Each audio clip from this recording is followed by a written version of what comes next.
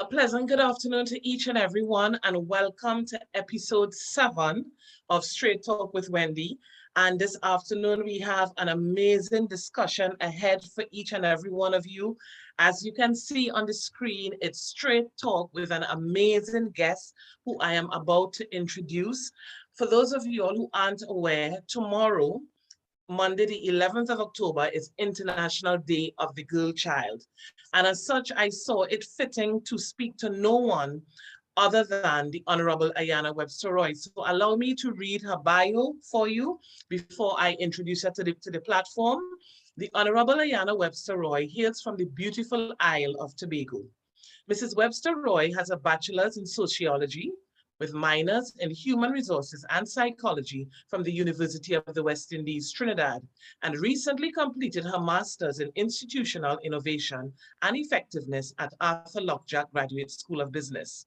The Honorable Minister first entered Parliament as the elected representative for Tobago East, following the general elections of September the 7th, 2015. Always having a passion for people and driven by a strong desire to serve her community, the Honorable Minister became a part of the solution. Having served for many years as the coordinator for the Department of Community Development at the Tobago House of Assembly. On September the 11th, 2015, the Honorable Ayanna Webster Roy was appointed Minister of State in the Office of the Prime Minister with the portfolio for Child, Gender and Ecclesiastical Affairs.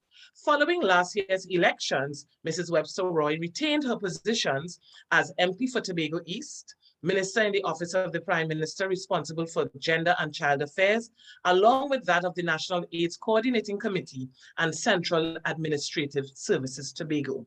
Welcome to everyone on the Facebook Live, on the platform. A pleasant good afternoon to those of you all who are just joining. Allow me to introduce to you none other than the Honorable Ayanna Webster Roy. Honorable Minister. Hi, good afternoon, Minister Wendy. Good afternoon to the viewing and listening audience. It's indeed a pleasure for me to join you for Straight Talk. Yes, you look amazing. You look amazing. It's always an honor to have a conversation with you because one of the things I know, you're such a conversationalist and you're so real and you're so laid back. So I know we will really be having a straight talk. So tomorrow we have International Day of the Child. What are your thoughts on International Day of the Child? How does the Ministry of Gender fit in? And what are we doing for our little girls? Okay, so tomorrow we have International Day of the Girl Child. And that's a precursor leading up to International Children's Day as well.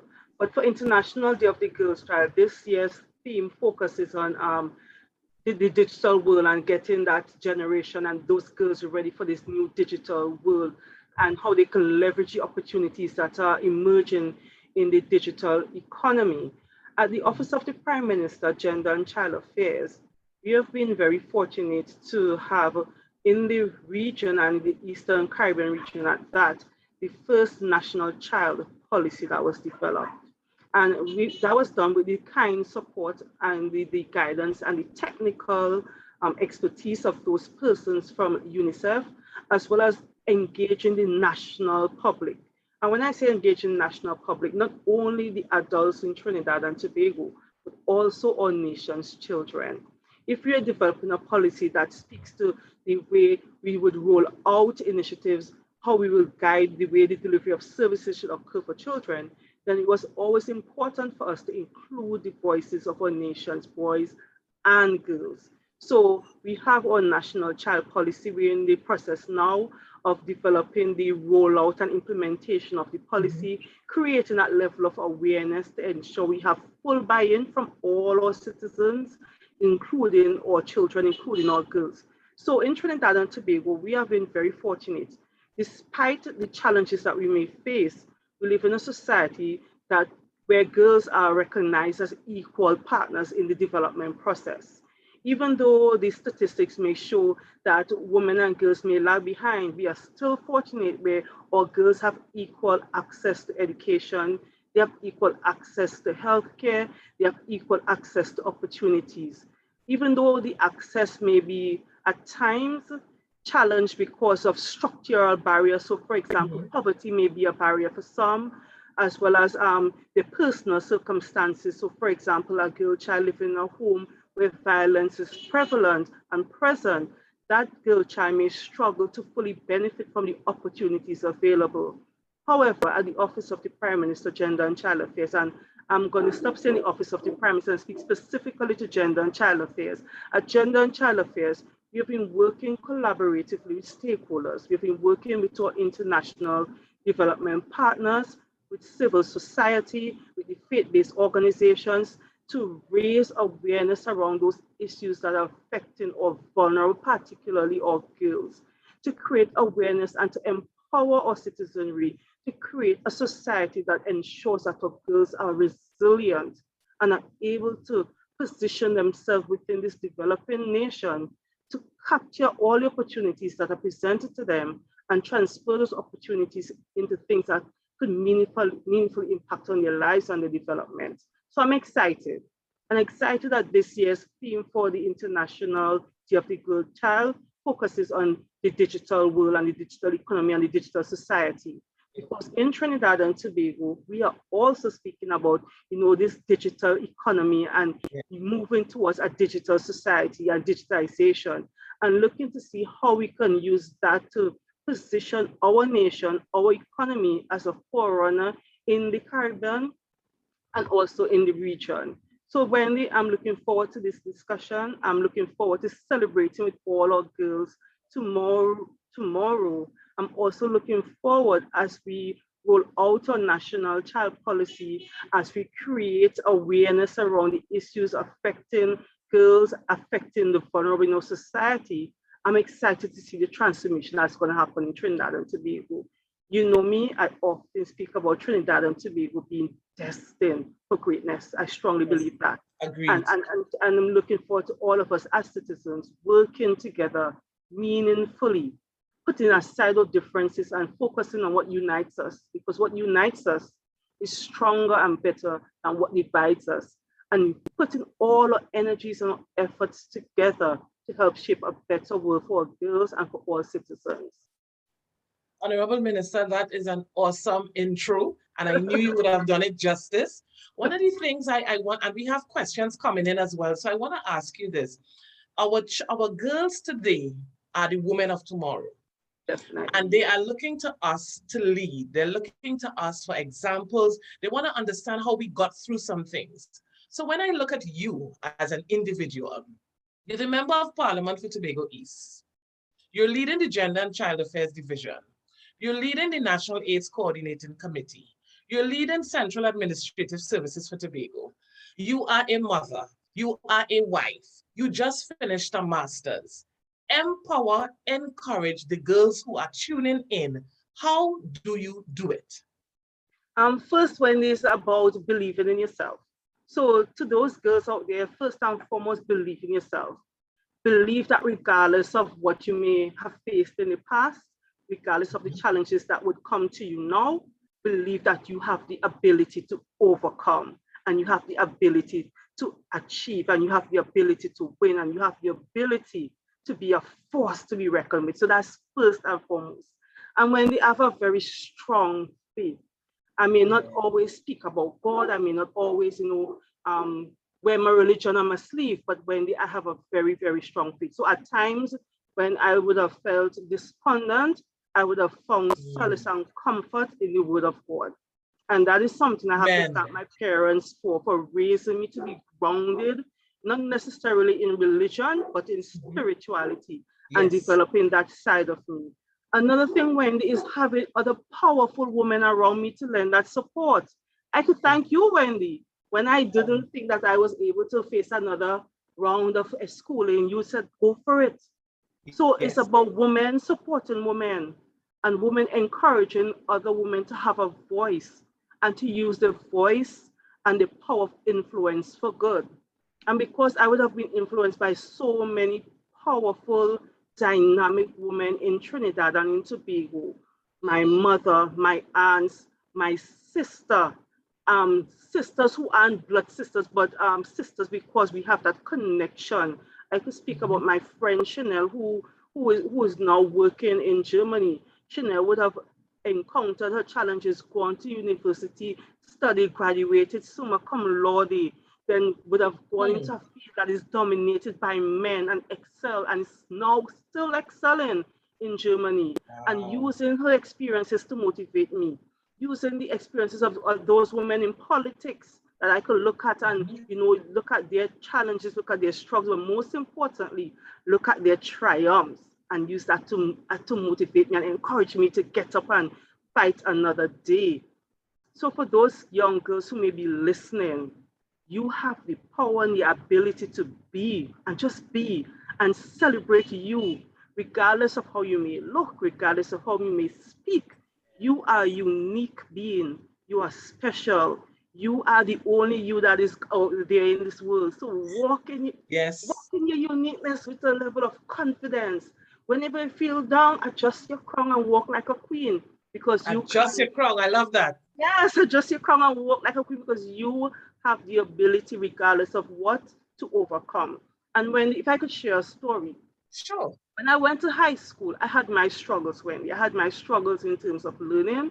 I had my struggles in terms of being in a high school that is highly competitive, where the top of the top in Tobago was attended. And at one term, like Wendy, I just couldn't focus. I couldn't manage when I came to the last test.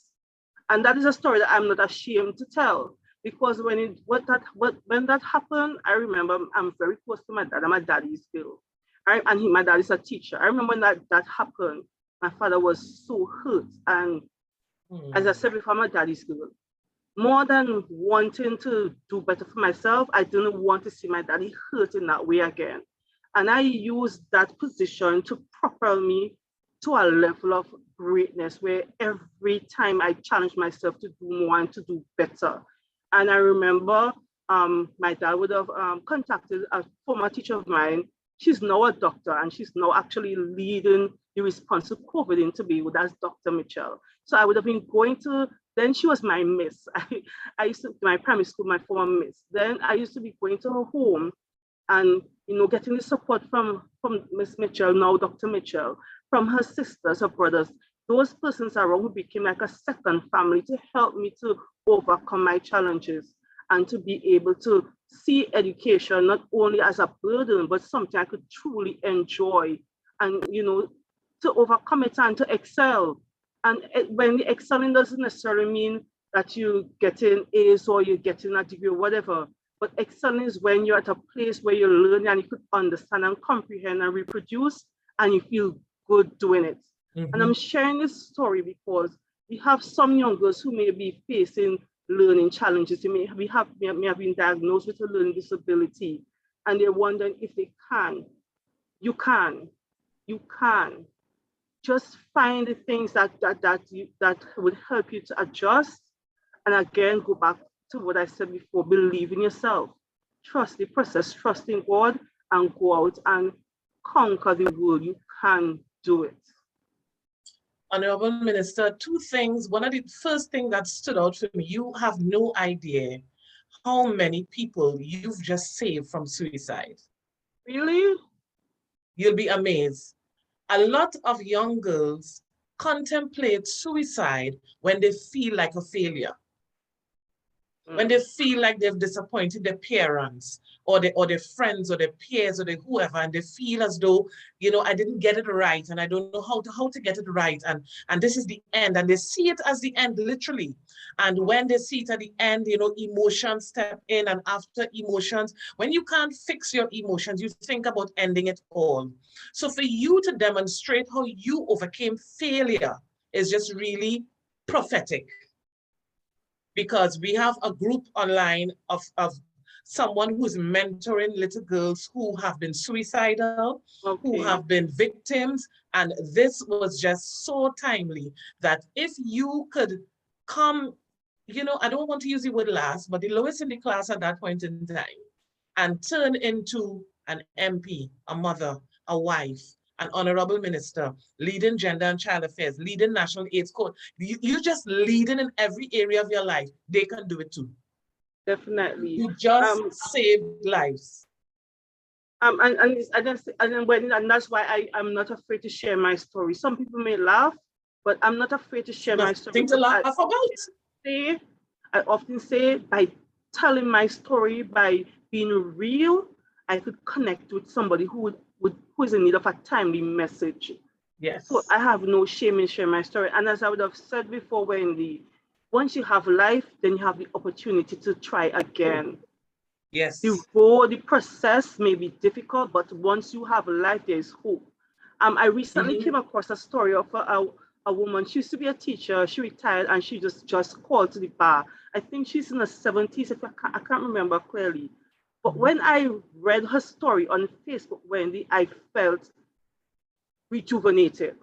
I felt as though I want to go and do something else. I'm like, if she's at 70 plus and she's doing it, Ayanna, come on, there's more you can do. Wow. So for those girls out there who may be struggling, once you have a life, you have hope. Don't give up.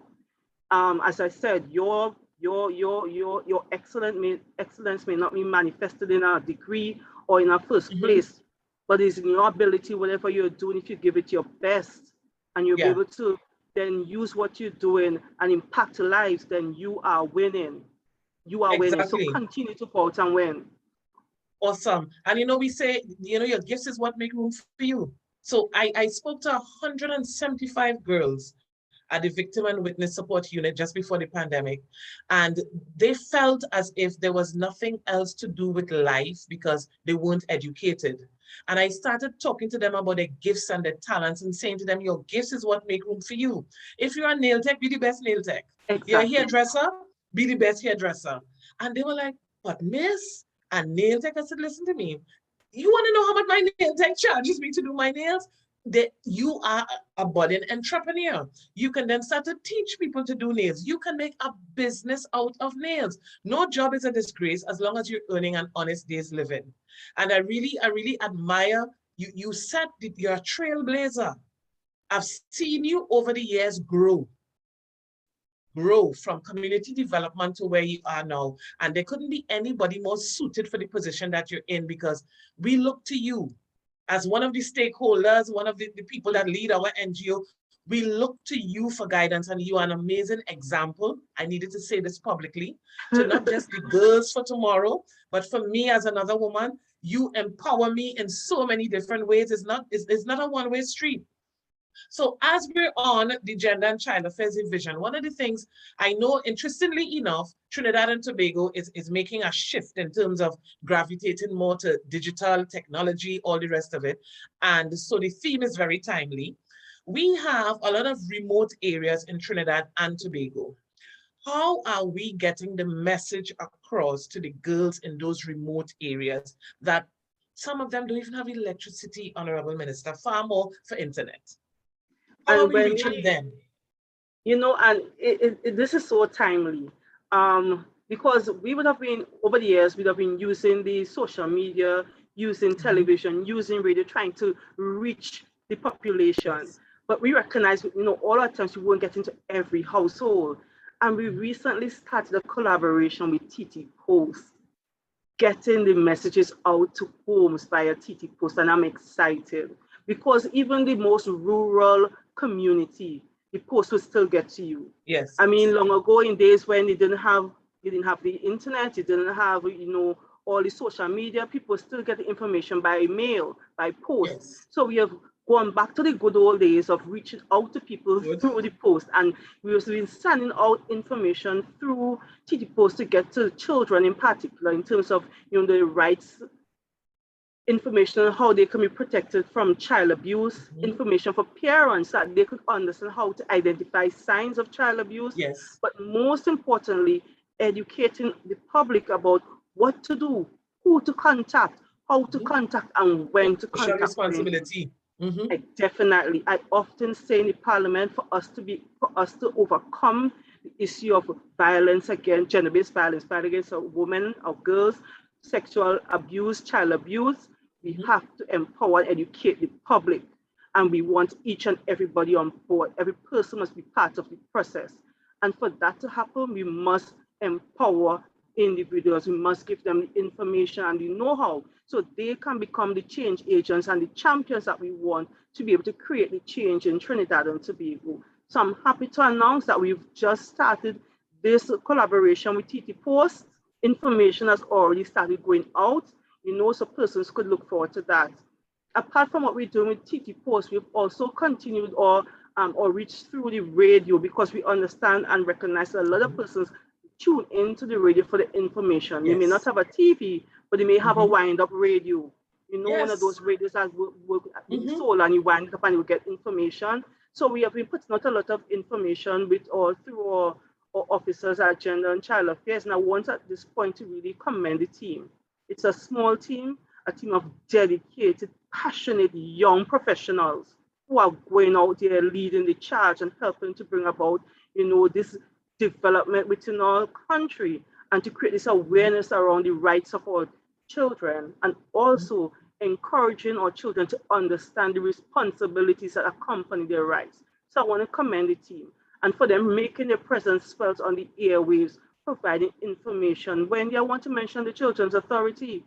They come in for a lot of flack all the time. They get a lot of licks, but day after day, they are out there in the trenches responding to the call. They are the ones who are the first responders going out there looking after those boys and girls who are being affected by abuse. And I want to commend them, because when it is a difficult job, because when you're dealing with something that takes away from you in terms of your emotional and your spiritual well-being, because every call connects with the responder in a personal way. I could tell Wendy, because sometimes when people can't get through, or they think they're not getting through fast enough, they reach out to me via my MP page. So wherever they're in the country, they reach out to me via the MP page. And Wendy, I understand, because I feel it. Every report of abuse that comes to me, I feel it. So I could empathize with the staff at the Children's Authority. And I just want to commend them for the effort and to encourage them to continue. Don't give up. The battle will not be lost. We are going to bring about the change that we require in Trinidad and Tobago. This zero tolerance to abuse in any form, this zero tolerance to violence, we're going to make it happen. We just have to keep connecting with the citizenry, reinforcing the positive traits that we want our citizens to possess, reinforcing the importance of recognizing that we live in a rights-based society where each and every individual have rights that must be respected. And once that happens, Wendy, then Trinidad and Tobago would be well on the way to manifesting the greatness that is inherent in all of us as citizens. I totally agree. I mean, in terms of, I know sometimes when we think about child abuse, a lot of people go to sexuality. So they think about the sexual abuse, which is prevalent as well. However, we have emotional abuse, we have mental abuse. Exactly. And that is a critical one, neglect. Very critical. And children tend to suppress their feelings so much. And I like that you included the parents and, adults just in and around. It takes a village to raise a child. When you see it reported, when you see it, address it. What are you seeing in your home? Because a lot of times we get caught up with life.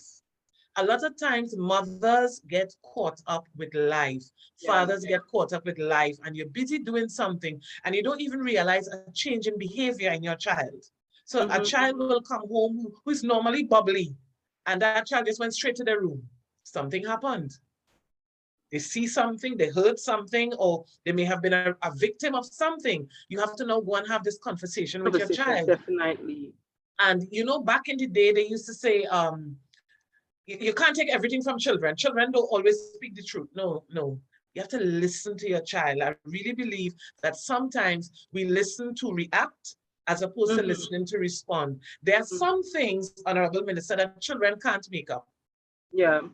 It's better to give them the benefit of the doubt and find out whatever than to totally ignore, and then it's too late. And that is why we have focused so much of our energies in the past years on training what we call our duty bearers. So we'd have been training our coaches. We'd have been working with our even persons who transport children to school.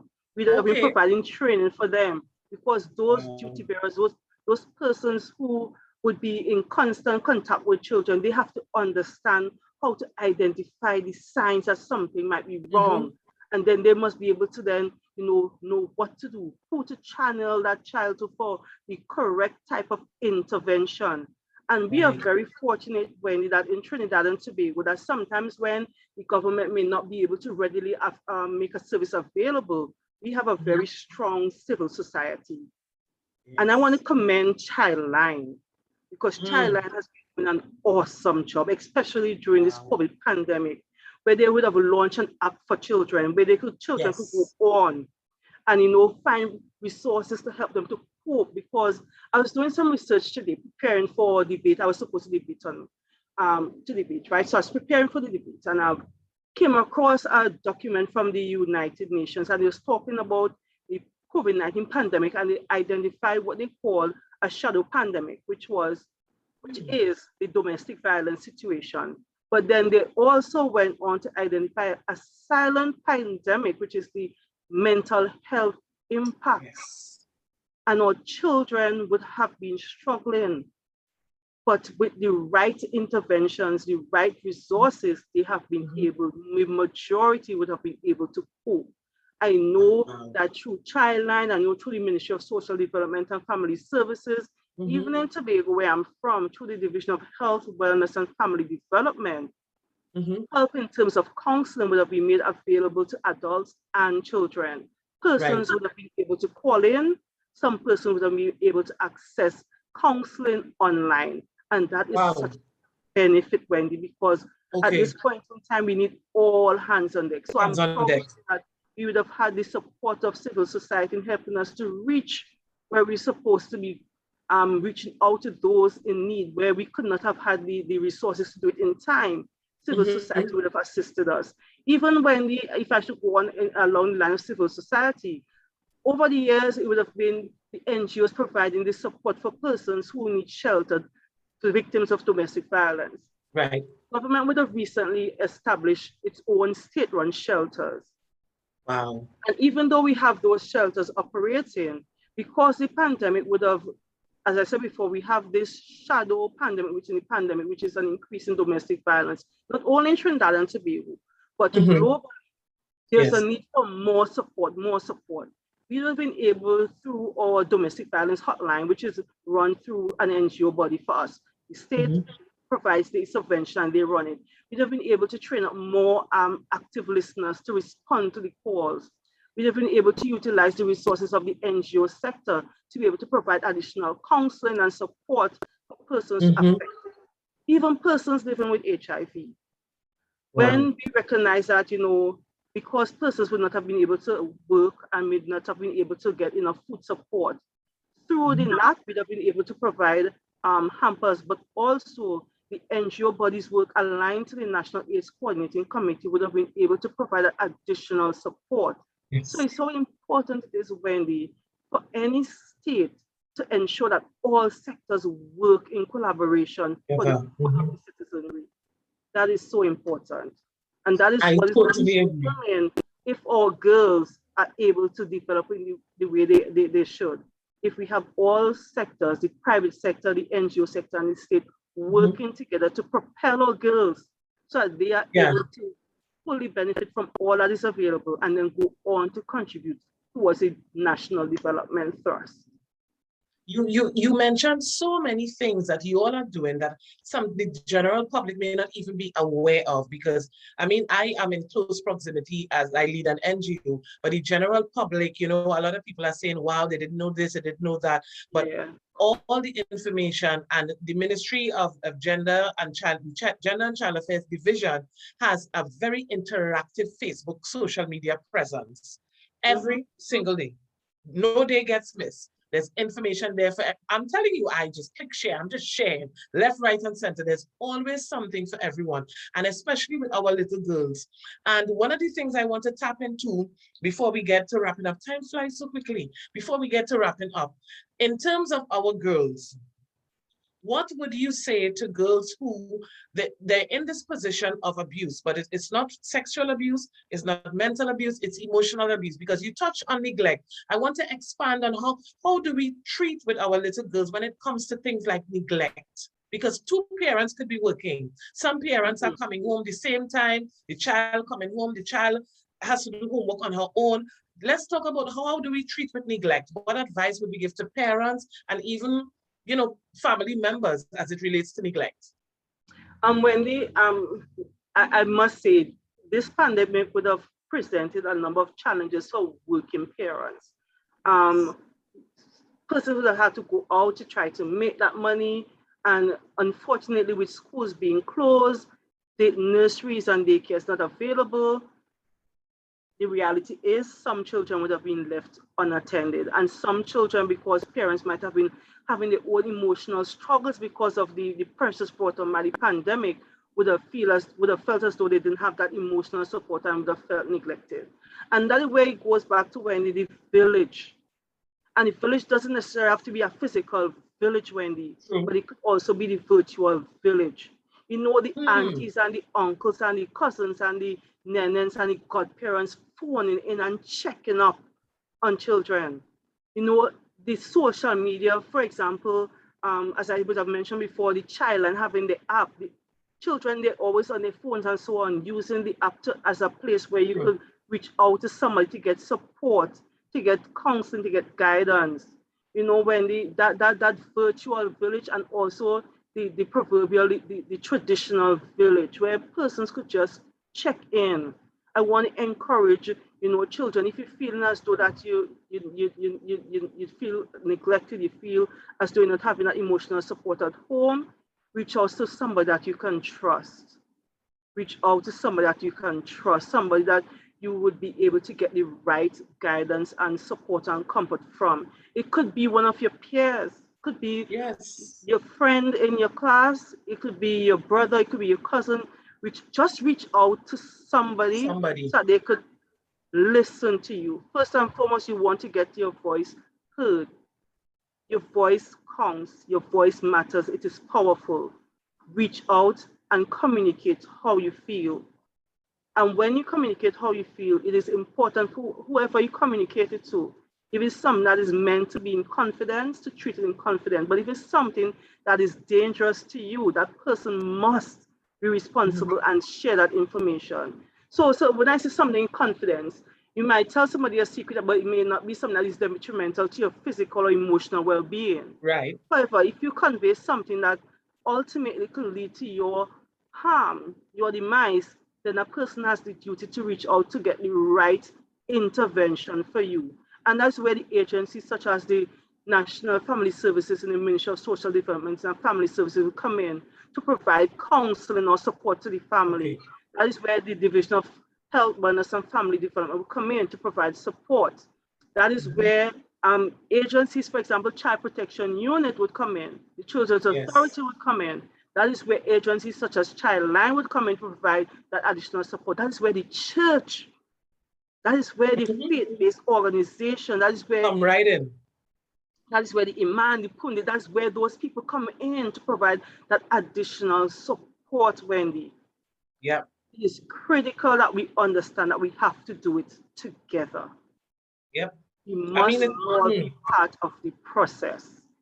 And that is why under the Spotlight Initiative to end family violence, we have so many different sectors involved. We have training and intervention with the judiciary.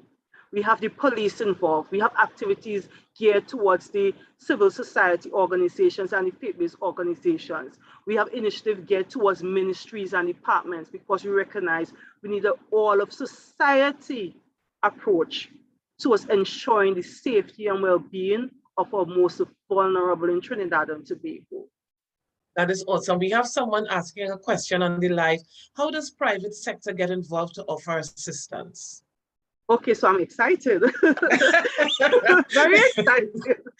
Okay, so I will list off a number of different things. So for example, if it is in terms of providing support and sponsorship, we have a number of community residences. I am taking good notes. We have a number of community residences that would be willing to accept if it is a cash support or donation of food, clothes, etc. We have our young people who need resources. So for example, the Minister of Education would have recently announced that we may be going back to full-time education for first to third form joining the fourth to sixth form. Some children may need school supplies still. How can you need a school-sponsored child in terms of actually assisting at the ministry level, you know, we are often looking for ways in which that we could engage the public and do different things to get them hyped up and energized to be part of the process. Maybe sponsoring prizes for us to, when we push out our information. So for example, we're doing now a drive in terms of the national child policy, see how many people would be able to say they read the policy, they understand the concept, etc. And we're trying to get price to incentivize the public to actually read the policy and understand it and help to spread the information in it. So maybe sponsoring prizes. Those children at Cyril Ross would need additional support. We're trying to establish a transitional facility for when those boys and girls at Cyril Ross turn 16 to 18 and a little bit older, they have a safe space to go to, a safe space to transition until they are able to go out into the wider society on their own.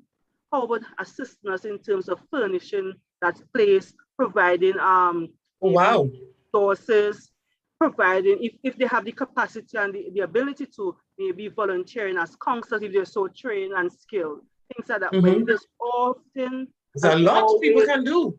Room for the private sector, when it doesn't necessarily have to be money alone, but also time. Being setting up a buddy system, a big brother, big sister system where you can mentor persons who I know community residences and so on, who may need that additional guidance, or persons who have transitioned out of our community residences and now living on their own and who may need that additional support and guidance in terms of how to maybe get a foot into the world of work, how to access housing, guidance. So a big system, big brother system as well. That is one way persons from the private sector. So please reach out. We are willing to partner. And what's the best way for that individual to make contact? Could they go through your MP page? They could contact my MP page, or better yet, they can reach out to the Office of the Prime Minister via our social media sites, or contact the Office of the Prime Minister directly, Gender and Child Affairs Division. Let me say that again. Gender and Child Affairs Division. That is who they should contact. www.opm-gca. OPM-GCA. And I will put it up on the screen at the end so that everybody will have the contact information, because this is a really good discussion. Honorable Minister, there's so many people who wanted to help and just didn't know how to help. And I like the fact that you included also even those who would like to provide assistance as counselors, be qualified by the way, but as counselors, as group, this is something like a group mentorship program where we just not just educate our girls, but we empower them, we edify them, and we cannot depend on the government to do everything. No. We have to work collectively. It's humanly, economically impossible for the government to do everything. Everybody has a role to play, and I am really excited. I heard so many things, especially in terms of like the school supplies, the sponsored child, all these different things. Is there anywhere we can find out if somebody wants to sponsor a child, whether they're female or male, if somebody wants to sponsor an actual child, and is there some way they can get information in terms of whether we have some children in the East, the West, the South that need a particular thing? How do we sponsor a child? How does one sponsor a child? I often tell persons one of the best ways to reach out, if you don't want to contact, like like in my case, I would tell people you could reach out to me as MP. So maybe reach out to the MP in whatever area, because MPs, when the people from all walks of life would reach out to the MP. So for example, in my case, at my office, we have a repository of information and requests that is this why, because people are often reaching out. So persons could go to the MP office, find out what needs what are the needs in the constituency and how they could assist. Also, when the persons could contact, as I said, persons could contact some of our community residents to see, what they can contribute. And I want to put another plug in, Wendy. Go right ahead. We have a foster care system in Trinidad and Tobago that is undervalued and not recognized enough. I want to encourage persons in Trinidad and Tobago, if you have the ability to open up your heart and your home to a child who is in need of a loving, stable family environment, it could be for a short-term period of time, or it could be for a longer extended period of time, please reach out to the Children's Authority. Contact the Children's Authority on 800-2014 to find out how you could become a foster parent. And for those who may be thinking about adoption, that is also an avenue. But right now, I really want to encourage persons, if they have the means, to open up their heart and their home to a child who may just need a place of safety and love and a family environment, just for a while until things settle, to please consider becoming a foster parent. What do you think is the biggest challenge, though? Why do you think people aren't gravitating to it? I think sometimes it might be fear of the unknown. Some persons may want to do it, but they're not sure if they would be able to do it, if they will be accepted. But when the first step in the process is to reach out. Reach out and get the information, reach out and, just let the authority know that you're willing. Because right now we're trying to, to boost the database of persons registered to be foster parents.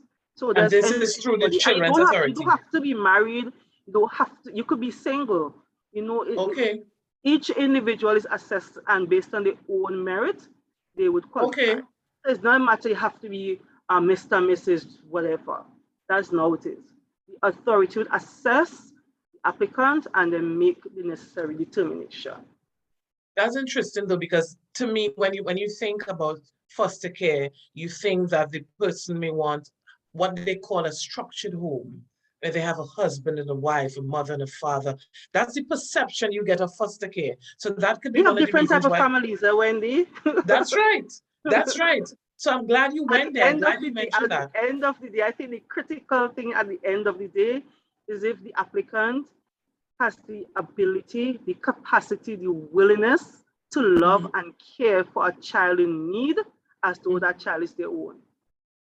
Right. Everything else the authority will assess. But to me, the most fundamental thing goes down to the applicant having the capacity, the ability, the willingness to love and care for a child. That is what matters. I think so. I'm reading comments as well, and one of the challenges people face when they think about foster care is there's an emotional attachment. You take a child into your home, there will be an emotional attachment, and according to the scenario, according to the case, you have this particular child for 6 months, and then at the end of the 6 months, it's emotionally draining that you have to part ways. Sometimes the children don't even want to leave. And I think a lot of people have that issue as an adult, the parting ways. People will more gravitate to adoption. And that's where the support and the counseling comes in, because I don't think they will abandon you through anywhere along the process. That is where the support, the counseling, the guidance would happen. Because remember, foster care is not adoption. Exactly. It's not adoption. There's a significant difference. If you're adopting a child and you adopt a child is yours until whenever. But in foster care, it's as though you're standing in the gap. For those of us who of a certain faith, we're standing in the gap for people. Right.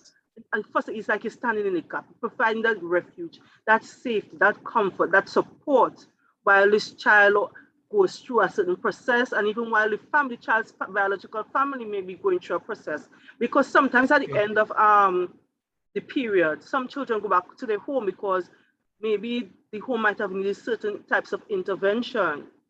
Because at the end of the day, what we want, the plan is not about destroying families or removing children, but really ensuring that we create the right framework where all families are resilient, so they are able to withstand challenges and giving them the support to bear with all the different pressures and burdens that we present. So when because some people tell me, well, if the Children's Authority get involved, then that's it, I wouldn't see my child again. That's not necessarily. That's a perception out there. That is not necessarily the case. The different agencies can work with the family. The important thing, what we place as a priority is the best interest of the child. Okay. A child's safety and well-being and the best interest of the child. So if after all the necessary interventions, etc., we recognize that in the best interest of the child would be to return the child to the home, because the home would have been assessed to be a safe space now. Whatever social or economic problems would have been resolved, then the child will go back to their home. Okay. because I was about to ask what sort of things would allow a child to be separated from the home over a certain period of time. And you kind of just mentioned some of them. It could be that the home needs a social intervention, etc., etc., and all the support is given. Now, we're going through the Children's Authority to address the foster care issue. If somebody's and foster care interested. adoption Children's Authority, contact them. Yeah. Right. Okay. Awesome. So, Honorable Minister, any closing comments? This has been an amazing discussion. I just want to remind all the girls on Trinidad and Tobago that they have a voice, a very powerful voice, and to use their voice and the power of influence for good. Remember that even though the digital world, people used to look at it as though it was something for men and boys, we could step in and we could break the ceiling and break barriers and go in and shake it up a bit, you know, Yes. to be disruptive in a good way and be innovative and to create, you know, create some excitement where girls could be leading the change in terms of digital transformation in Trinidad and Tobago. To the parents out there, I know it would have been a tough time. I'm a mom, a working mom, I understand the pressures, but just hold on, just keep the faith, keep loving your children, keep loving yourself. I know some people might be feeling a bit despondent because they might have maybe lost their job or not earning as much as before, or their health might have been affected because of the pandemic or because of just the emotional struggles of going through this difficult period. Keep the faith. Better days are coming. Better days are coming. Better days are coming. Keep the faith. And to all of us as Trimbagonians, we are a people, we are blessed. We are blessed beyond your wildest imagination. So just remember that and go out every day trying to manifest what is good within you and trying to make a difference in your space. A little stone could drop and cause a ripple effect. Your little action could cause meaningful change and meaningful impact that could go on to transform lives for generations to come. Just don't give up on yourself. Don't give up. I think that that's an amazing way to close the discussion. And I like the fact that you tapped into our little girls being so empowered that they could take over. I mean, I was having, I was on a call, interestingly enough, I was on a call with some powerful women, and they were talking, they were all having this, it was an argument. They were all arguing about, we need a seat at the table and it's time for us. And I said, hold up. Why we can't have our own table? Why we keep fighting for seat at other people's table? Why can't we have our own table? And then look what you came and you put it in sync, and we can have our own table. And as the Honorable Minister says, you know, the little girls of today are really the women of tomorrow. And you gave some amazing advice. I know a lot of people, a lot of claps and stuff is happening in the chat. Honorable Minister, thank you so much for sitting at the table of Straight Talk with Wendy. This has been an amazing discussion. Thank you so much. On behalf of Trinidad and Tobago, I want to say thank you for all that you've done, all that you continue to do, and know that the support is there. People are coming to help you. I didn't know all about this help that could be given, sponsoring a child, school supplies, community resident. I've written it down, and I'm going to make sure all of this information goes up in the chat, goes up on our page. I'm going to share on all your pages. So tomorrow is International Day of the Girl Child. So Honorable Minister, thank you so much. God richly bless you and have an amazing, amazing afternoon. Thank you, Minister Wendy. Thank you, Trinidad and Tobago. I am because we are. God bless you as well. Awesome. Thanks again. Okay.